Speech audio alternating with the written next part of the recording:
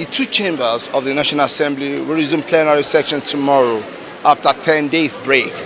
At the settle down, the issue of principal officers will be addressed. At the party caucus level, the Senate leader and the House leader will emerge, as well as other offices that will form the National Assembly executive. Apart from the office of the Senate President and his deputy, Speaker and deputy, other offices that needed to be occupied in the Senate are Senate leader and deputy, Chief Whip and deputy, minority leader and deputy, minority whips and deputy. In the House of Representatives, selection of other officials of the House expected to be on course along the political line. The offices that are up for grab in the House include House Leader and Deputy, Chief Whip and Deputy, and House Minority Leader and Deputy, Minority Whip. Before now, consultations have been underway at the various party caucus level for the suitable candidate for the offices. It is expected as the members of the National Assembly settle down that the crisis rocking the election of the leadership of the National Assembly will be laid to rest. From National Assembly Complex in Abuja, Muyiwa Bamidele reporting.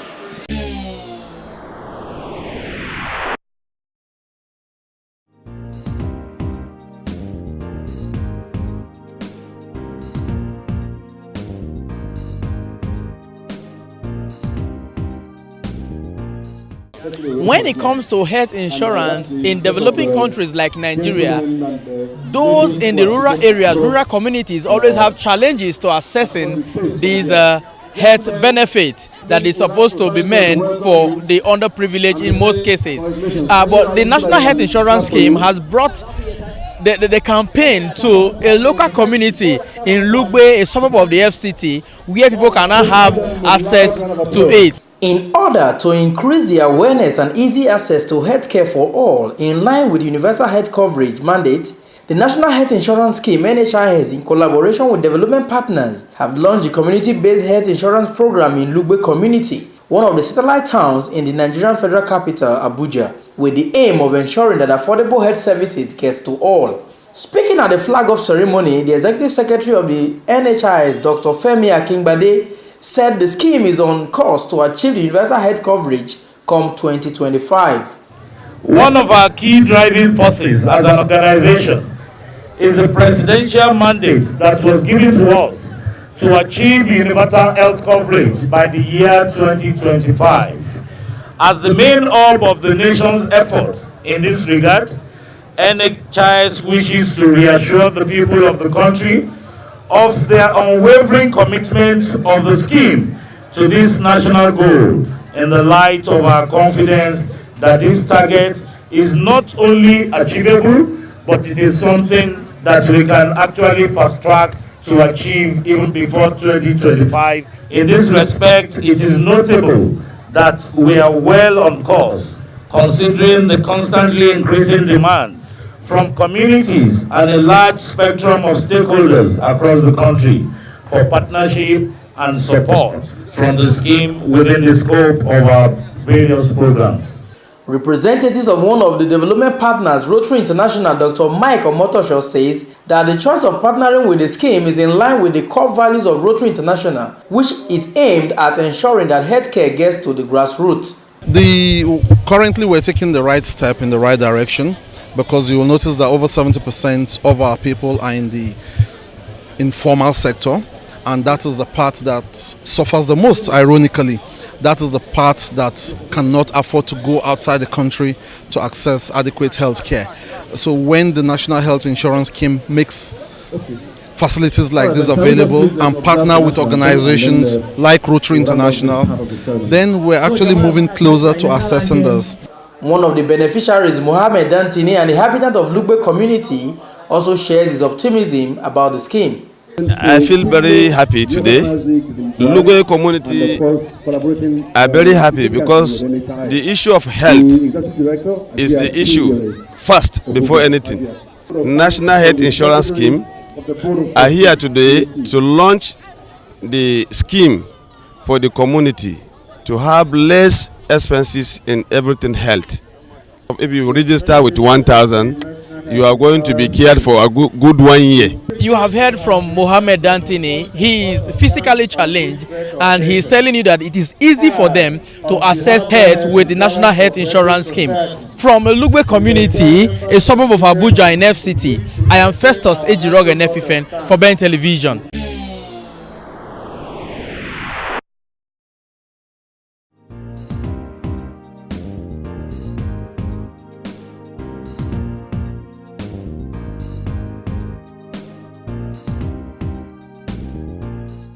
Following the recent report of Amnesty International, which accused Nigerian military of human rights abuses and war crime charges, Nigerian military said it has since commenced investigation into the allegation.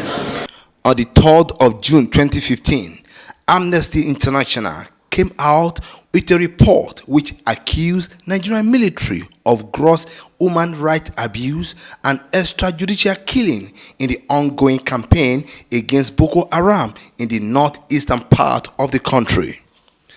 At a news briefing in Abuja, the Nigerian Army Chief of Administration, Major General Adamu Abubakar, said the report of the Amnesty International is far from the truth.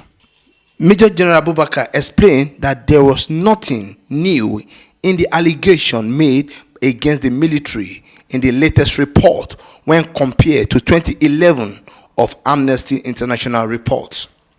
Therefore, the Nigerian military, as a responsible corporate organization, is bound to respond to these allegations in order to put the records in proper perspectives. For the avoidance of doubt, the Amnesty International allegation of human rights abuse and extrajudicial killing of civilians are a rehash of the same allegations made against the military since 2011. No new facts have been unearthed by Amnesty International to warrant their repeated allegations. However, the figure adduced by Amnesty International as victims of extrajudicial killing by the military has kept on increasing. However, Nigerian military said it has launched investigation into the allegation, calling on Amnesty International to be part of the investigation procedure, which they claim they have earlier declined. Major General Abubakar said the detail of the investigation will be made public as soon as it is concluded. Certainly, if the military had or has any reason to hide anything, it could not have allowed the ICRC to access to its facilities and operational area. I appeal to Amnesty International to be patient to see the outcome of the investigation. While it took Amnesty International from 2011 to 2015 to chronicle the allegation, they want the military to investigate and report immediately. The investigation, as I said, is still ongoing. Nigerians and the world at large will certainly be informed of the outcome at the end of the investigation. For the avoidance of doubt, the Nigerian military has zero tolerance for human rights abuses, extrajudicial killing, and acts perceived to be war crimes. Meanwhile, Nigerian military has called for more time as investigation into the allegation of Amnesty International is ongoing. From Defense Headquarters at Abuja, Muyiwa Bamdele reporting.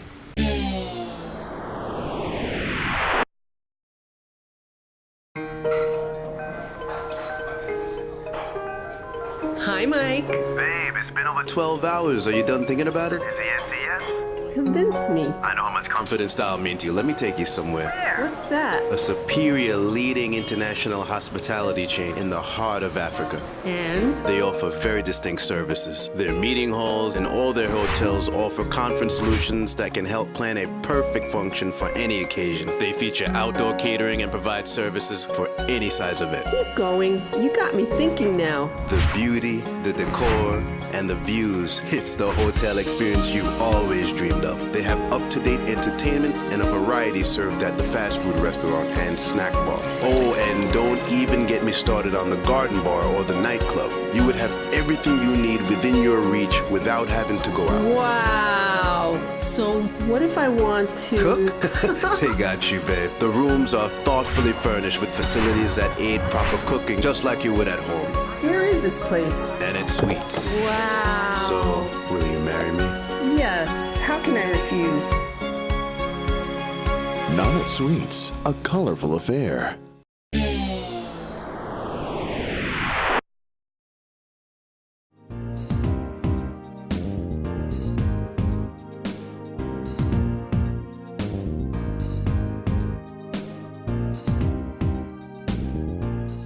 A TV presenter, Osasu Ibunedium, has asked the federal government to find a proactive and drastic way to end the increasing cases of infant and maternal mortality, youth unemployment, and prevalent poverty in the country.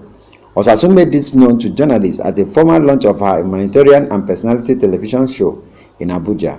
I think right now we are in a state, our country is in a state of uncertainty. However, I feel that with President Buhari right now in power, that a lot of things are going to fall into place. With the drop in our oil prices, with the increase and improvement of the agricultural sector, we have some, I think in Nigeria we take certain steps forward and certain steps backwards in different sectors of the economy. So I believe, in a few months from now, by God's grace, Mr. President will be able to address key fundamental issues that affect the day-to-day lives of our citizens. We have over 80% of our citizens living below the poverty line, which is unacceptable, So I'm hoping that Mr. President directly addresses child and maternal mortality, youth empowerment, and the agricultural sector. I believe with these three key sectors that he would address, I believe that Nigeria will change for the better, and investors from all over the world will be looking at our economy to invest in and empower our people. Speaking on her television program, The Osasu Show, she said she was out to use the platform to change the face of Nigeria and Africa, adding that she would achieve the feat by talking to politicians, entrepreneurs, captains of industries, market men and women, and many more. The Osasu Show is very much about relating with the masses and talking about their day-to-day struggle, not just politicians, not just entrepreneurs, not just captains of industries. It's called bridging the gap, bridging the societal and economic gap between the elite and the masses. So this show is a reflection of the day-to-day struggles, apprehensions, advantages, disadvantages of the masses as well as the elite. So obviously what a rich man and a poor man want are two completely different things. However, if we focus on our similarities, like the advancement of our economy, when there's no petrol, when there's a scarcity of fuel, it affects the rich man just as it affects the poor man. So this show is going to highlight those similarities and how we can advise Mr. President to work on that. In this 10-minute video, she showcased some interviews she has conducted so far. People lost their lives due to election violence. Before the election or during the election? During and post-election. I have not seen now the personal report that people lost their lives during the election. Governor Fayoshe, thank you for sitting tight with us. So before we went on the break, you talked about, or you referred to yourself as a nation of Israel amidst his enemies. What does that mean? You see, if you watch very well, during the presidential election, it was only Ekiti that won the election in the whole of the South. The extant rules and orders of the Senate and other relevant laws of the Federation. And the positive concomitant effect states. Either Senator Ahmed Lawal or Bukola Saraki, and Bukola Saraki has a man, so wish him well. Wish that everybody will be carried along so that we will be a good team player and a leader. Osasu Show airs on Ben TV every Sunday, 7:30 p.m. Nigerian time, and ITV Abuja. From Abuja, LM Chugwameka reports.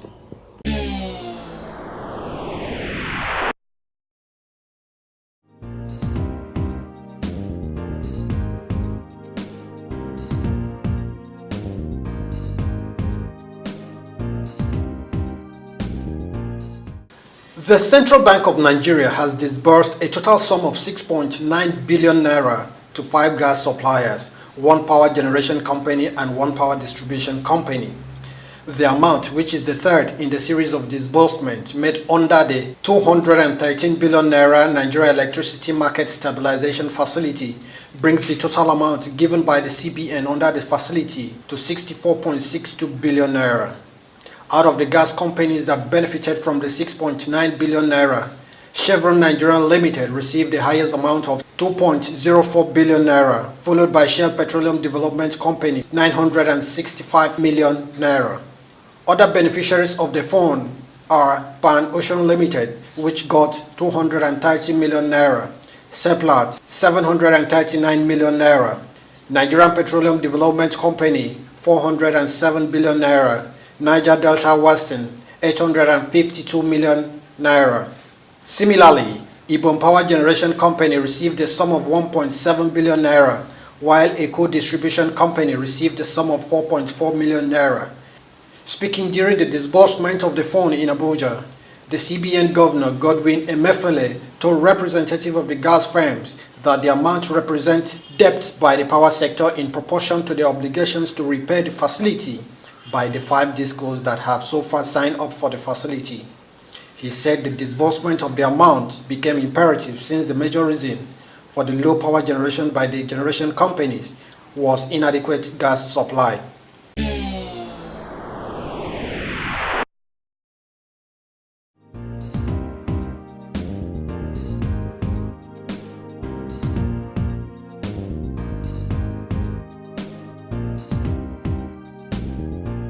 The first Vice President of the Nigerian Football Federation, Barrister Seyi Akinwumi, has disclosed that the Federation is making moves to correct technical deficiencies in all the national teams, including those noticed in the teams recently engaged in the major international championship.